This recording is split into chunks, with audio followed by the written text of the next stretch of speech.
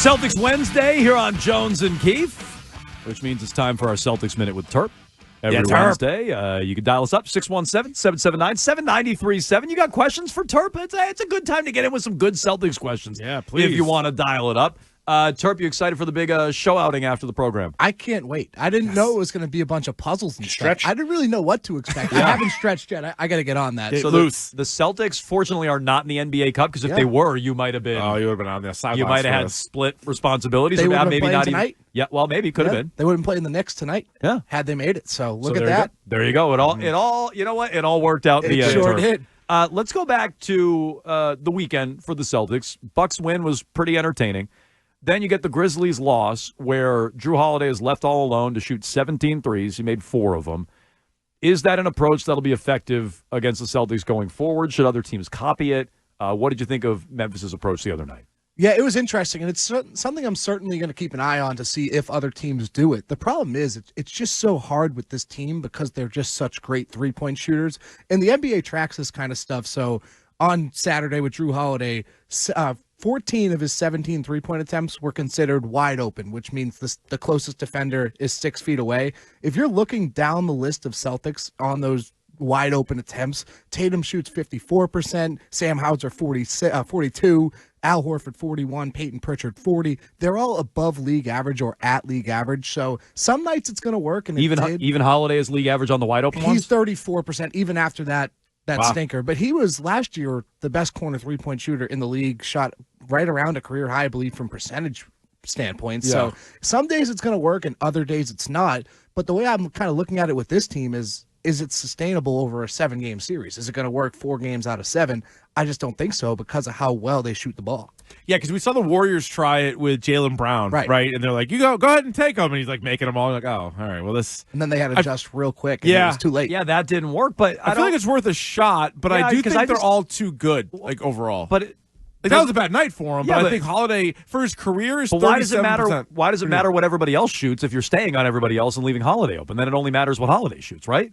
But the thing is with the Celtics offense is it's literally designed to just create open shots. So in there, all the players' heads as they're driving on the rim, whatever it is, there's a million reads going on. They work on this in practice all the time, is making the right reads. And all it is just trying to find the open shot. So if you're giving the Celtics an open shot, they're going to take it. That's how their offense, that's what makes Missoula ball so hard to defend, is because they all space the floor so well and they're great three-point shooters. So it kind of played into it in a way, but obviously the shots weren't falling that night. Yeah, like if you have Rondo or Ben Simmons, like obviously that makes sense. You sag way off them. They're like, what do we do now? Are you playing against a man zone? Like, what is this? But with these guys, I think more often than not, they'll probably outshoot it. My question's more about just Jrue Holiday in general. Like, not just that game where, he wasn't hitting his threes, but he's the one guy. When me and Jones were talking about the team this year versus last year, and I'm like, I think they're better this year. Part of it is Peyton Pritchard's sort of emergence. But Jrue Holiday, and part of it's his age, clearly is on the other side of his career. How do you think he's been overall? I know he's a guy that might be saving some of it for the postseason. He was in the Olympics, played a lot of basketball, but he might be the one guy that's actually not better than he was a year ago. What do you make of his season so far? Yeah, I'm with you. He's definitely the one guy that hasn't really taken a step forward. I think for the most part across the board, everyone's kind of improved a little bit. Jason Tatum and Jaylen Brown averaging career highs in assists. Derek White shooting a career high in percentage-wise, also averaging career high points. Al Horford from 3. Peyton Pritchard, obviously, he should be in the conversation for most improved. And then there's Jrue Holiday, who really hasn't really taken that step. And part of that, I think, is because he's 36 years old, just played in the Olympics, obviously played over the Celtics played 101 games last year. Like, that's a lot. And then they have a shortened offseason. So part of it, I think it is kind of ramping him up. And it took him a little while last year, too, to find his footing offensively. Remember, it wasn't until that West Coast trip at the end of December where he really started finding his place within the offense. And I think he's going to get there eventually. And it's obviously hard when you're not hitting your shots. And I think that could be part of tired legs. And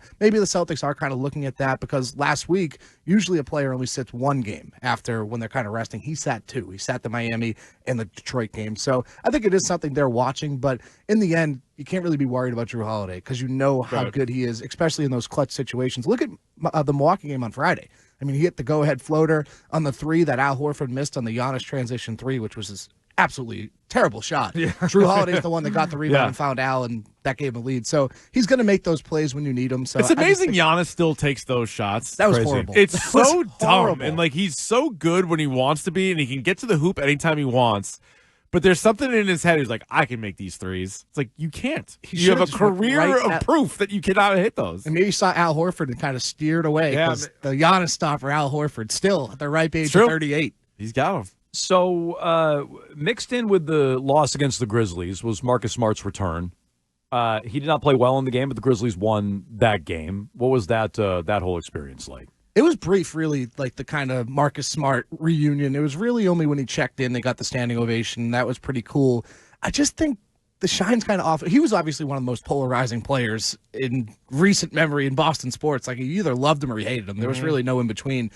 But I think with Kristaps being so well-liked and them winning a championship, it's kind of like whatever now. People have kind of moved on a little bit. He'll always be loved. He'll always have a special place, but nobody's really complaining about that. Do the players seem to, like, I know they said nice things. Jalen was really hyping him up. I watched the whole interview Abby Chin did where he's still like, they were given a lot when they came in, meeting Tatum and Brown, where he still sounds like a little jealous about how much they were given early on in his career. Like, if the players moved on, do they still seem like they miss Marcus at all, or are they just like, oh, we're in a way better spot? I think they still really, like, they love him. I mean, they're still have that close friendship, but I don't think it's necessarily they miss him on the court because they've just been so much better. Like, they love playing with Kristaps, and obviously Jrue was the de facto Marcus replacement, so it's hard because they've been so much better, but they'll always love and respect him. And even Marcus admitted it at shoot-around before the game. He's like, it was a great business move. I probably would have done it myself. So if he's saying that, it says a lot. Like, it was just a no-brainer, and